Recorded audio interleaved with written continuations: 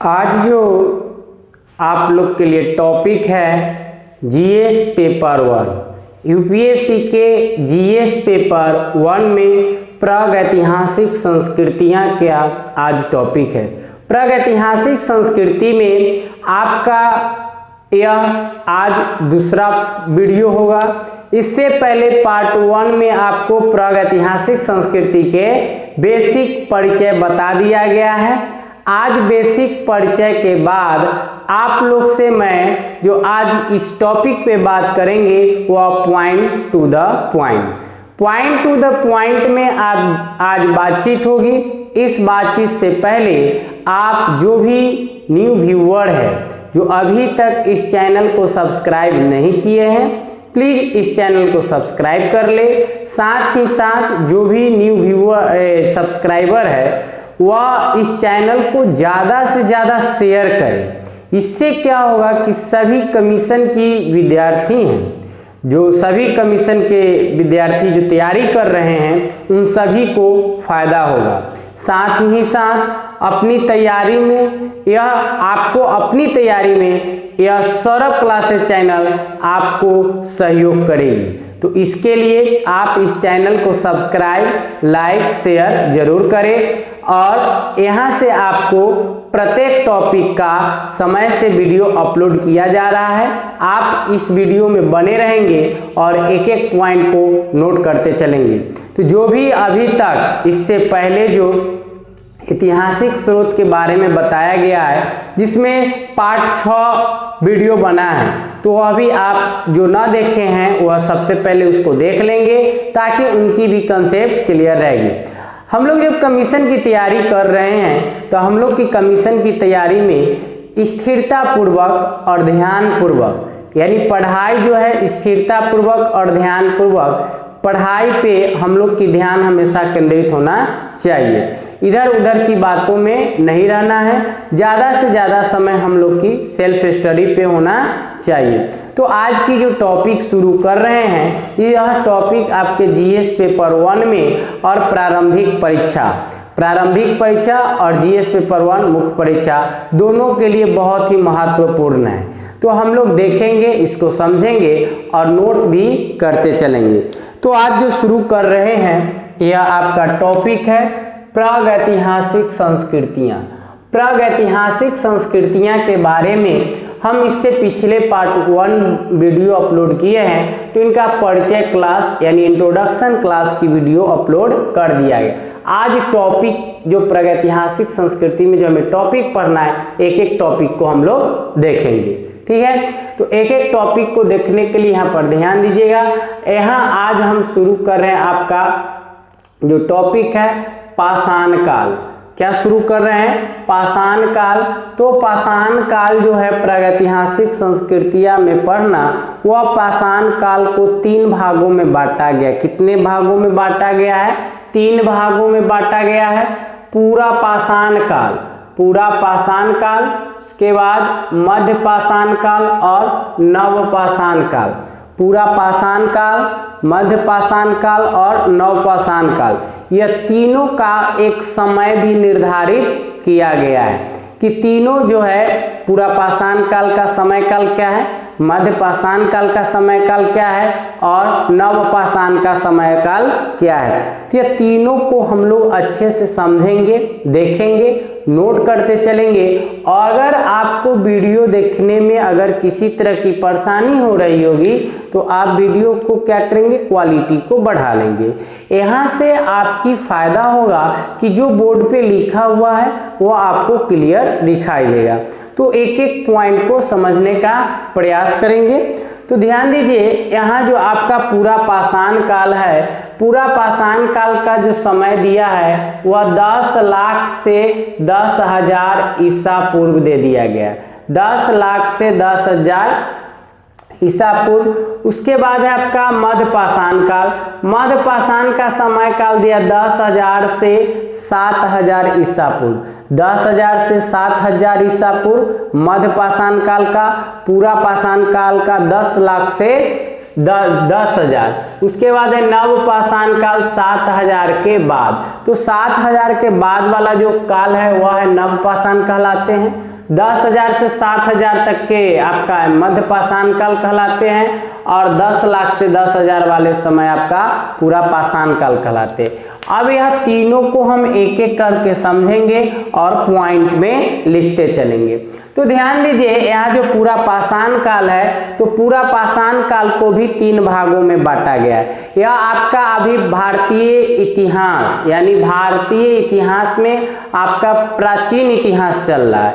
यह प्राचीन इतिहास में हमने ऐतिहासिक स्रोत की जानकारी दे दिए हैं। अभी हम प्रागैतिहासिक संस्कृतियां के बारे में पढ़ते हैं। प्रागैतिहासिक संस्कृतियां में अभी आपको हम पूरा पाषाण काल, मध्य पाषाण काल और निम्न पाषाण काल पे बात करते हैं। तो देखिए, पूरा पाषाण काल को 3 भागों में बांटा गया। निम्न पूरा पाषाण काल, मध्य पूरा पाषाण काल और उच्च पूरा पाषाण काल, तीनों को देखिए। तो यह है आपका निम्न पूरा पाषाण काल, निम्न पूरा पाषाण काल, उसके बाद फिर आपका मध्य पूरा पाषाण काल, उसके बाद है आपका उच्च पूरा पाषाण काल। तो पूरा पाषाण काल को 3 भाग में देखते हैं, निम्न पूरा पाषाण काल, मध्य पूरा पाषाण काल और उच्च पूरा पाषाण काल। अब ध्यान दीजिएगा, यहाँ निम्न पूरा पाषाण काल जो है इसका समय दे दिया है 10 लाख से 50,000 ईसा पूर्व। निम्न पूरा पाषाण काल के लिए 10 लाख से 50,000 ईसा पूर्व दिया गया। उसके बाद आपका मध्य पूरा पाषाण काल को 50,000 से 40,000 ईसा पूर्व, और उसके बाद है आपका उच्च पूरा पाषाण काल 40,000 से 10,000 ईसा पूर्व। तो ये था आपका पूरा पाषाण काल। अब एक एक को हम लोग देखते हैं, समझते हैं। अभी हम देखते हैं पूरा पाषाण काल क्या है और पूरा पाषाण काल किसे कहते हैं। तो ध्यान दीजिएगा, पूरा पाषाण काल जो है आपका, पूरा पाषाण काल में क्या हुआ था कि मानव सभ्यता के आदि काल को पाषाण काल कहते हैं। पाषाण काल कहते किसको है? तो पाषाण काल मानव सभ्यता के आदि काल को ही हम लोग पाषाण काल कहते हैं। क्यों कहते हैं? तो क्योंकि इसमें मनुष्य का जीवन पाषाण निर्मित उपकरणों पर निर्भर करता था। तो ध्यान दीजिएगा, पाषाण काल हम इसलिए कहते हैं क्योंकि इस आदि काल को पाषाण काल इसलिए कहा जाता है क्योंकि मनुष्य जो है, मानव जो है, वह पाषाण निर्मित जो उपकरण थे उसी उपकरण पर वह आश्रित होते थे, निर्भर रहते थे। इसीलिए इस काल को कहा गया है पाषाण काल। उसके बाद हम पाषाण काल के बाद आपको बता रहे हैं, फिर आपका है यह पूरा पाषाण काल। तो पूरा पाषाण काल किसे कहते हैं? तो ध्यान दीजिएगा, पूरा पाषाण काल कहा जाता है रॉबर्ट ब्रूस फूट ने 1863 ईस्वी में, कब? 1863 ईस्वी में भारत की प्रथम पूरा पाषाण कालीन संस्कृति की खोज की गई और मानव की आरंभिक गतिविधियां पूरा पाषाण काल में अभिव्यक्त होने लगी। ध्यान दीजिएगा, कौन खोज किए थे इनके? तो रॉबर्ट ब्रूस फूट ने किए थे। कब किए थे? 1863 में किए थे। और भारत की प्रथम पूरा पाषाणिक कालीन संस्कृति की खोज जो था मानव के आरंभिक गतिविधियों के पूरा पाषाण काल में अभिव्यक्त होती है। ठीक, उसके बाद बताया गया कि इस काल में मानव अपने जीविकोपार्जन, मतलब जीविकोपार्जन कहने का अर्थ है जो जीवन जो जीते थे, जीवन जो यापन करते थे, उसी को हम लोग कहते हैं जीविकोपार्जन। जीविकोपार्जन के लिए शिकार करते थे, जीविका अपने जीवन को चलाने के लिए क्या करते थे? शिकार करते थे और खाद्य संग्रह पर निर्भर रहते थे। मतलब जो भी पेड़ पौधा से फल मूल कंद जो होता था उस पे वह निर्भर करते थे। तो शिकार करते थे और खाद्य संग्रह पर निर्भर करते थे और इस समय में और इस काल में मानव सामान्यतः पहाड़ की गुफाओं तथा खुले आकाश में रहते थे। यानी पूरा पाषाण काल की जो बात हो रही है, तो पूरा पाषाण काल में मानव का अपना आवास नहीं था। मानव का अपना भोज्य पदार्थ नहीं था। यानी पूरा पाषाण काल तक मानव भटकते थे और कहीं कहीं अपने गुफाओं की तलाश में रहते थे और वहां पे गुफाओं में वह अपनी जीवन को यापन करते थे और जीवन जीने के लिए वह शिकार करते थे और फल मूल कंद पे निर्भर रहते थे। तो इस तरह से यहाँ से पूरा पाषाण काल से यह हमें जानकारी मिलती है कि पूरा पाषाण काल आने तक भी हमारे मानव की विकास उतना नहीं हुआ है। यहाँ से यह पता चलता है कि मानव अपनी जीवन किसी जैसे तैसे मतलब व्यतीत करते थे, न उनकी आवास होती थी न उनकी भोज्य पदार्थ होती थी। तो समझिए जाहिर सी बात है कि उस समय मानव की जो संस्कृतियां थी वह किस प्रकार की रही होगी। तो इसी से जो यह प्रागैतिहासिक संस्कृतियां हैं जो हमें पूरा पाषाण काल और मध्य पाषाण काल, उच्च पाषाण काल, यह सभी से हमें जानकारी मिलती है। तो आप एक एक पॉइंट को नोट करते चलेंगे और यह आपके कमीशन के लिए बहुत ही उपयोगी सब्जेक्ट है आपका हिस्ट्री। और यह हिस्ट्री आपके ऑप्शनल के साथ साथ जीएस पेपर में भी बहुत काम देगी, पेपर 1 में और प्रारंभिक परीक्षा में भी। तो चलिए अब हम लोग अगले पॉइंट पे बात करते हैं। अभी आपका जो पूरा पाषाण काल के बारे में बताया गया, तो पूरा पाषाण काल के अगले टॉपिक को देखते हैं।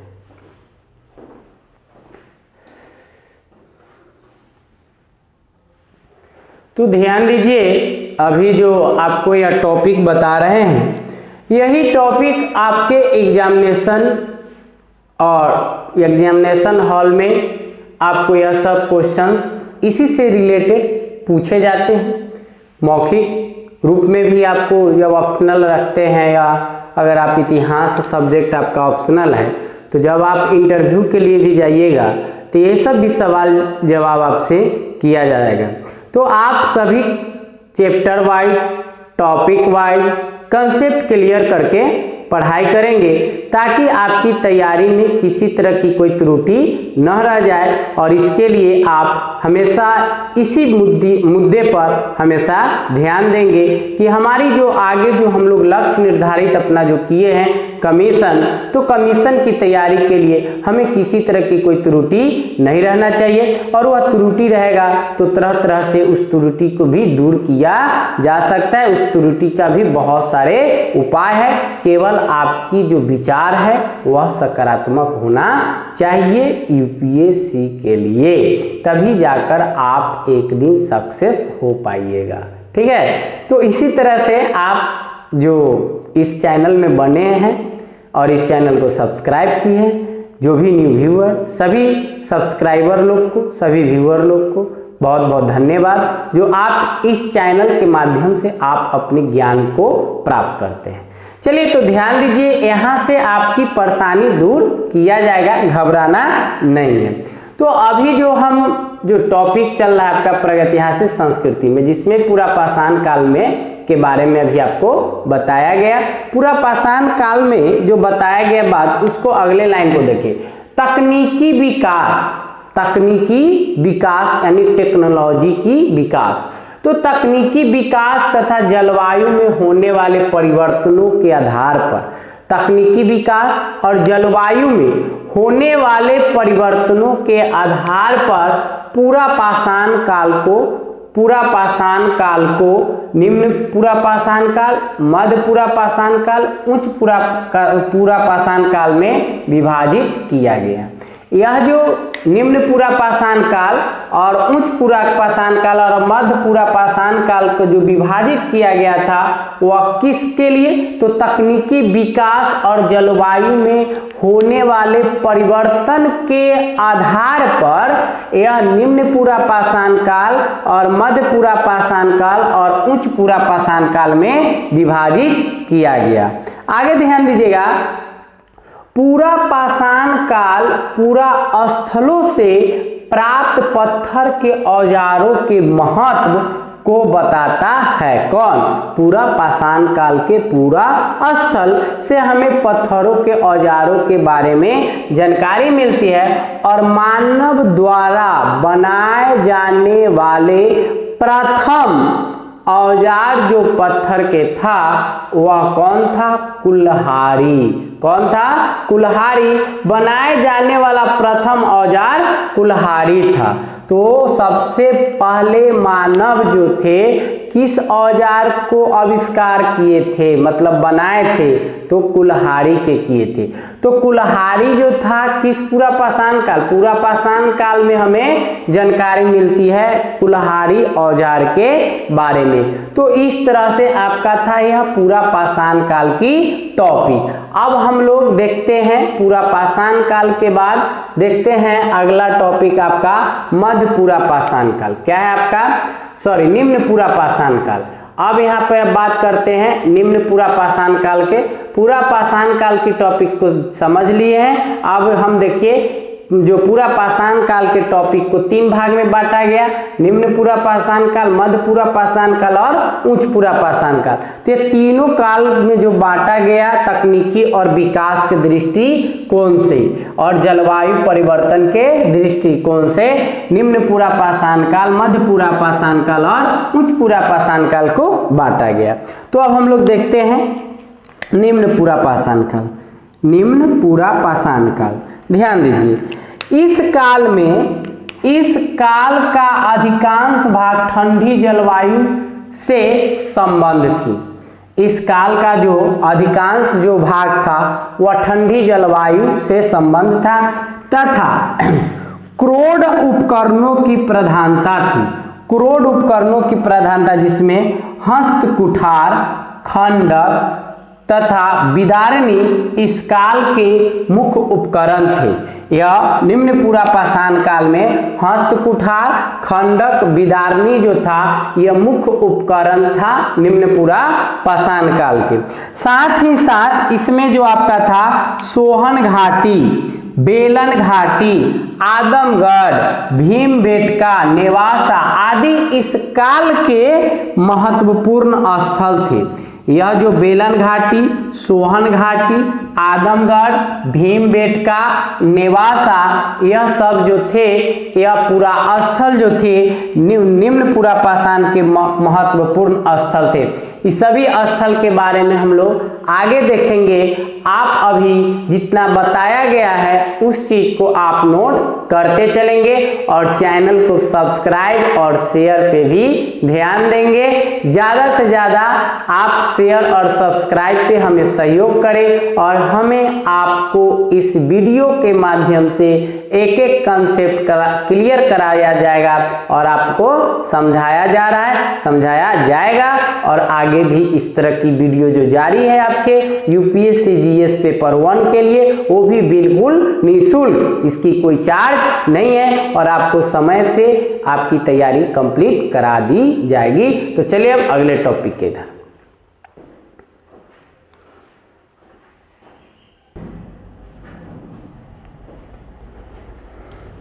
ध्यान दीजिए, अब जो आपका अगला टॉपिक है वह टॉपिक है आपका मध्य पूरा पाषाण काल पे बात करते हैं और आपका उच्च पूरा पाषाण काल पे।